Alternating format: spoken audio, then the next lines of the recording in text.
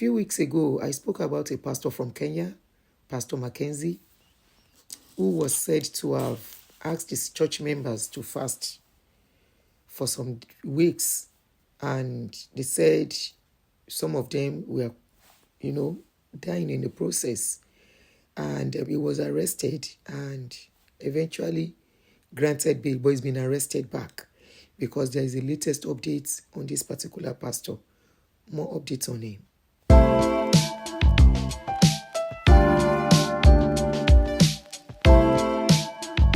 I want to welcome you to my YouTube channel. My name is Auntie Adoni, and the name of my channel is Real Talk with Auntie Adoni.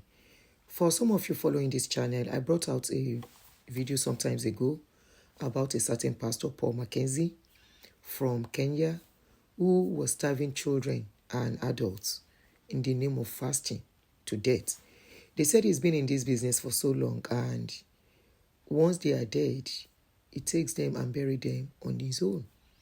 He was arrested a few weeks back for this crime, and he was granted bail pending when investigation were going on. At a point, when he granted interview, he said he was no more operating the church, neither was he doing any evangelism, making it seem like it was being lied on. And of course, the investigation continued, and the findings is so sad. You want to think that with the awareness going on concerning religion, yes, poverty is a key factor why people are going to church back and forth and back and forth. In a civilized society, in a developed society where things are working, where the leaders are doing the right thing, hardly do you find this kind of a thing happening in their midst. It has once happened in America before. That was Jonestown. I don't know how many of you is familiar with the story of Jonestown.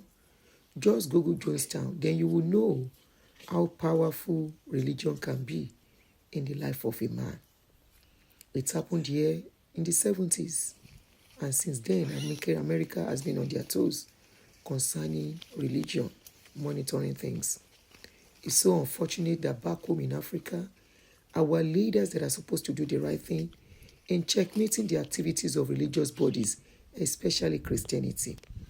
Because most of these people come under Christianity to perpetrate all this wickedness, and some of them escape it, some do not. But the damage is always done before, people will cry out. This is the case of this Paul McKenzie from Kenya. Pastor Paul McKenzie is the pastor in charge of Good News International Church in Kenya. You can say he's not a pastor, but they call him a pastor. From the pictures lining by, as of today, news broke out, very sad news that when the premises of the church was checked, they found 21 bodies, and it is still alleged that it is likely there are over 100 bodies buried in his church. The investigation continues, but as of today, 21 dead bodies has been exhumed from his church. That is apart from the ones that were rescued the last time that they took to the hospital and all the rest. Apart from those ones, there are fresh bodies that were exhumed. This is a very sad one. Very, very sad. All in the name of religion. These pastors do anything. So you don't know when you will go under a cult. Honestly, we keep doing this enlightenment. I tell people, tell your people back home. Tell them back home to be careful. Tell them back home to know the kind of places they are going. Of course, a lot of people are stalked and hooked to this religion, and no matter what you tell them. But I don't think anybody wants to lose their loved ones. All over Africa. All over Africa. Starting from Nigeria especially. Religion, the need for religion to be controlled cannot be overemphasized. And I wonder why It's tough for the government of the day. Yes, this incident happened in Kenya. It is applicable to all African countries where people hide under the name of being a pastor or religious leaders at that to perpetrate a lot of evil.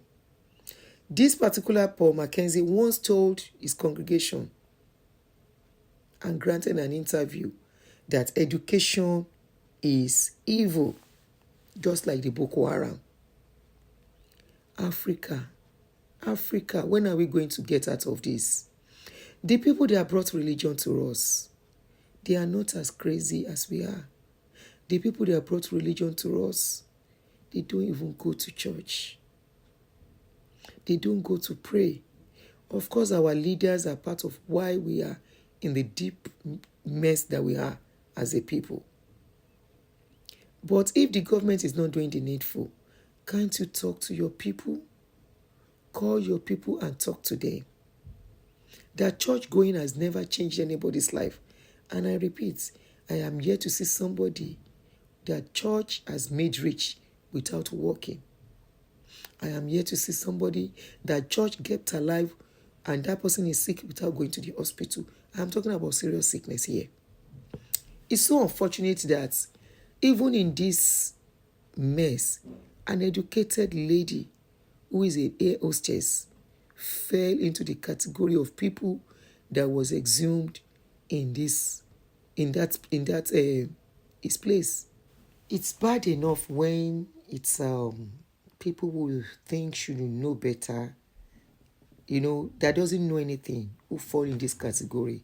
But when you now see people who should know better fall in this category of people that a pastor will tell to fast and they will cry in the process. This is the case of this lady who was among the victims. It was said that she was a hostess. She resigned her job to go and sit down in that church. Not only that, all her savings of over $20,000 was said to have been given to this pastor. Honestly, it's a very sad one.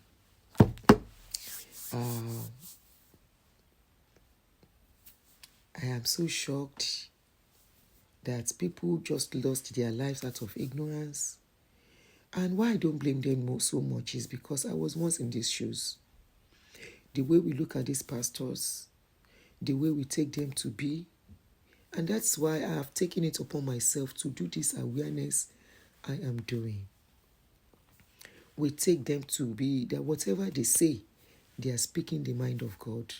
No, they are not speaking the mind of God. They are speaking their own hallucination. Some of these pastors are not even okay mentally and psychologically. And yet, we follow everything they say. Some of them are into cultism. And yet, we dance according to the drum they beat. It will be good. It's okay we are talking about other people that has fallen victims. Hopefully, we don't fall victims. Somebody like me cannot. My children cannot. I have tried my best. And, for the love of humanity, I can't stop doing this. I wish I can stop. There are times I want to stop. But this is another sad news of under the guise of religion. And don't say those people are the ones that are fooled. I just told you it happened here in America 40-something years ago, 50-something years ago. Jonestown is a very popular story. Just Google it, put it on YouTube, it will come out and see what happened to these people. We will continue to create our own awareness. May the souls of we are used to in Africa. We are so used to seeing may their souls rest in peace. The man has been arrested as it is, and hopefully, he was arrested and granted bail back later. Hopefully, justice will be done this time around. Until I come your way again, I remain yours, Real Talk with Auntie Aduni. Don't forget to subscribe, and please, I want to read from you what you think concerning this incident. If we should put all the blames on the people that the government is not doing the right thing and they think going to church is where their solution lies. Like I told somebody in my live show on Facebook today, I said religion is like a ray of hope that the poor hold on to for strength. If not, a lot of people would have committed suicide.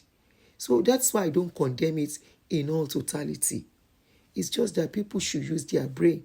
And you don't have to go every time. The more you go, the more you are under bondage. The more you will live your pastor's hallucination without knowing. Thank you for